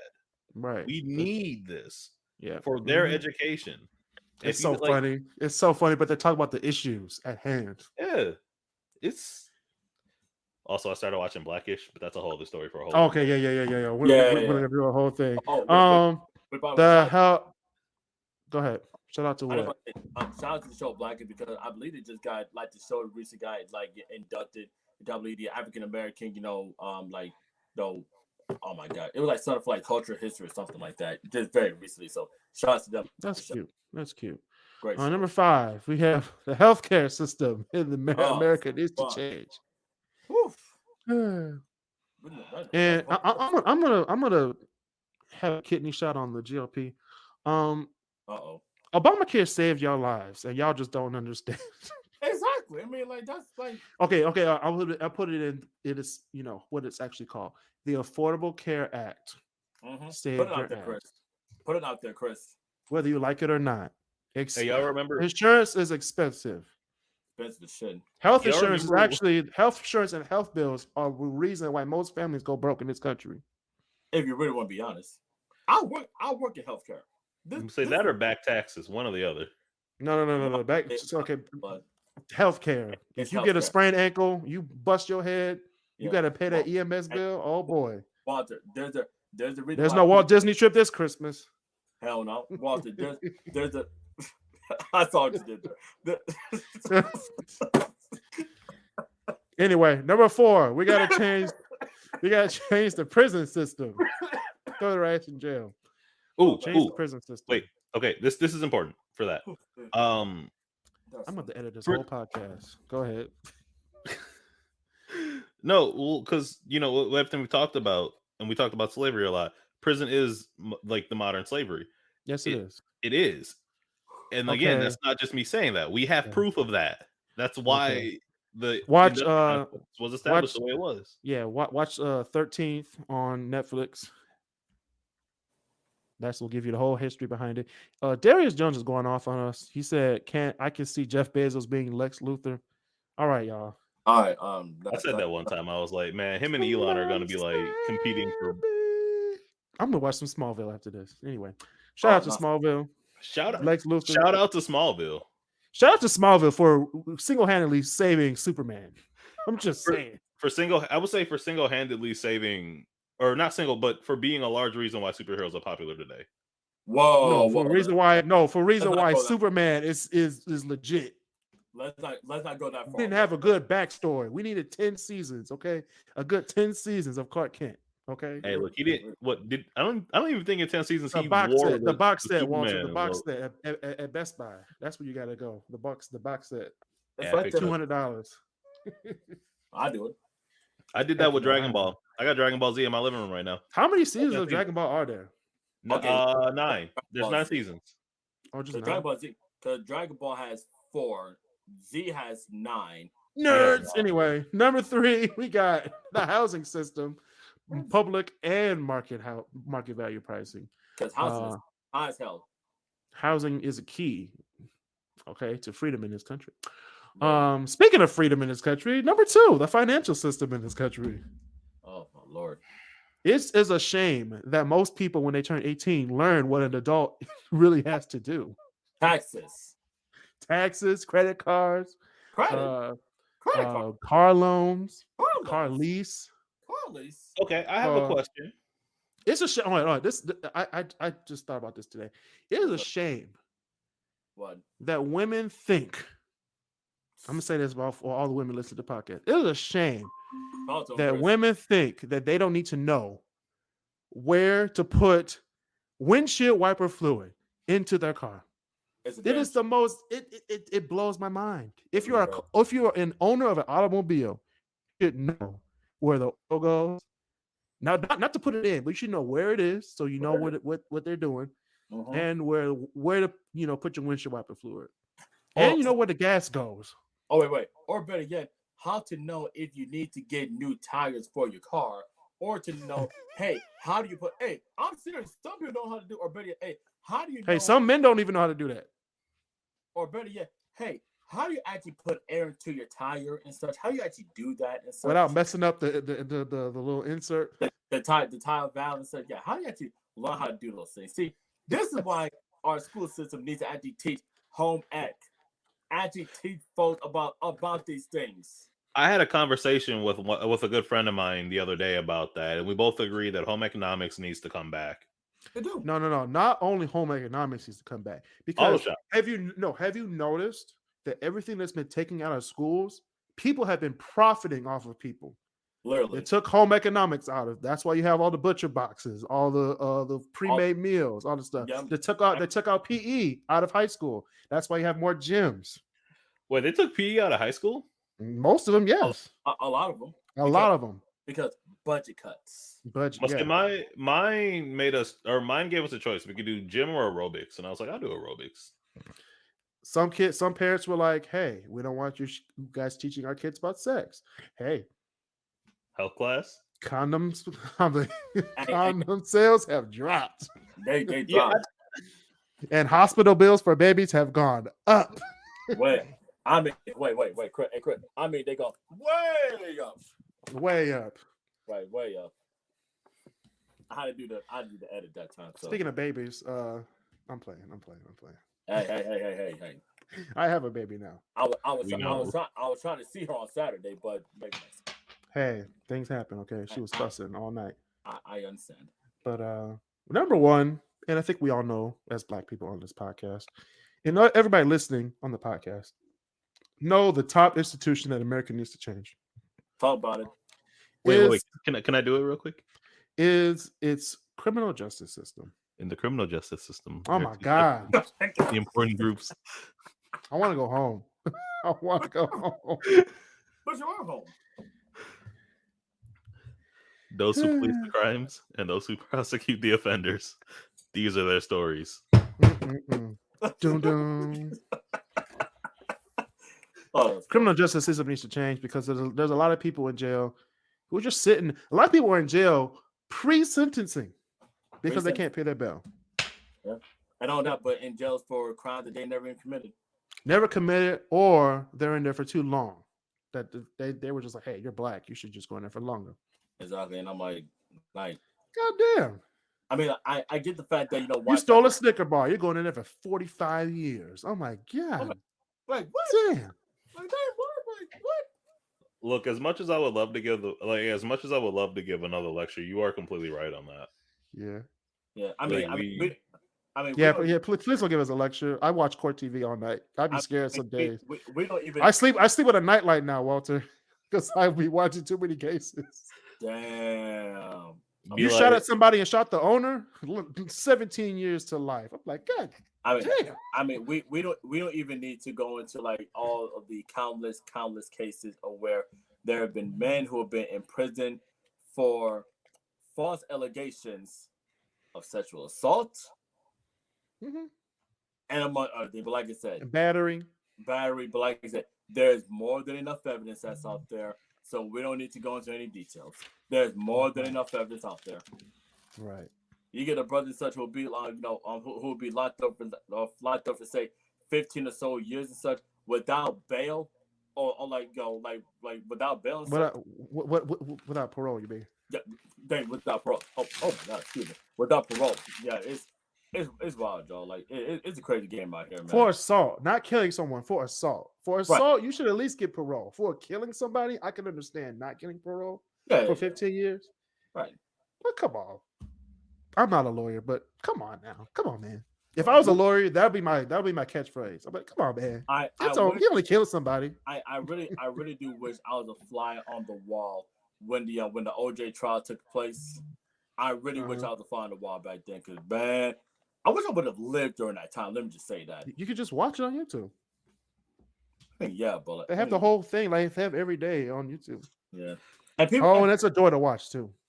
Oh, it really. I just watched the end when they say he's not guilty, and then you see Johnny Crocker like, yes. and folks lost their shit. Oh yeah, they should have. Well, yeah, they should have lost their shit. He did it, and he got away with it. But we were like, hey. The black community was so happy that day. I like the fact that you acknowledge that, because most of the people that I talked about that go, well, he didn't do it. I was like, no, he did it. He did it. He wrote a book about it. He wrote a book saying, if I would have done it. You don't do that if you're innocent. Like exactly. That'd be like me robbing the Federal Reserve, buying a publishing company, and then publishing a book saying, hey, if I robbed a bank, and then started it like a publishing company, right? Like when they said when he actually got a chance to get the glove and put it on, I was like, oh, he won right there. He won right there. That's how you do. That's like somebody. That's like one of the rioters from the January.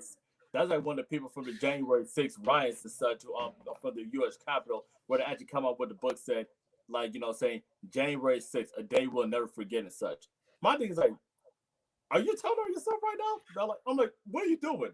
No, the thing is, they actually wrote a book about that, ironically. But anyway. Hey, man. It's been a great time, y'all. This is a children's book called "Mommy, Why Is Daddy Destroying Democracy?" Right? Like, yeah, messed up. All right, y'all. It's been a good time. Shout out to Darius Jones. I'm gonna say his name out loud like that. That's gonna be my new thing. Darius Jones, how's it going? And we got Violet Rose. They're the only people who comment. That's not like a WWE. That's not like a WWE mixed tag team or something. Oh my gosh! Oh my lord! All right, it's bedtime. It's time to go to bed. Anyway, God, that's been another episode of the KrisCross Corner. Shout out to our great debaters, Marcel Smith, who's not on the show anymore, Walter Wheatons, and the other Kris. Anyway. Social distance, stay safe, and be nice to each other.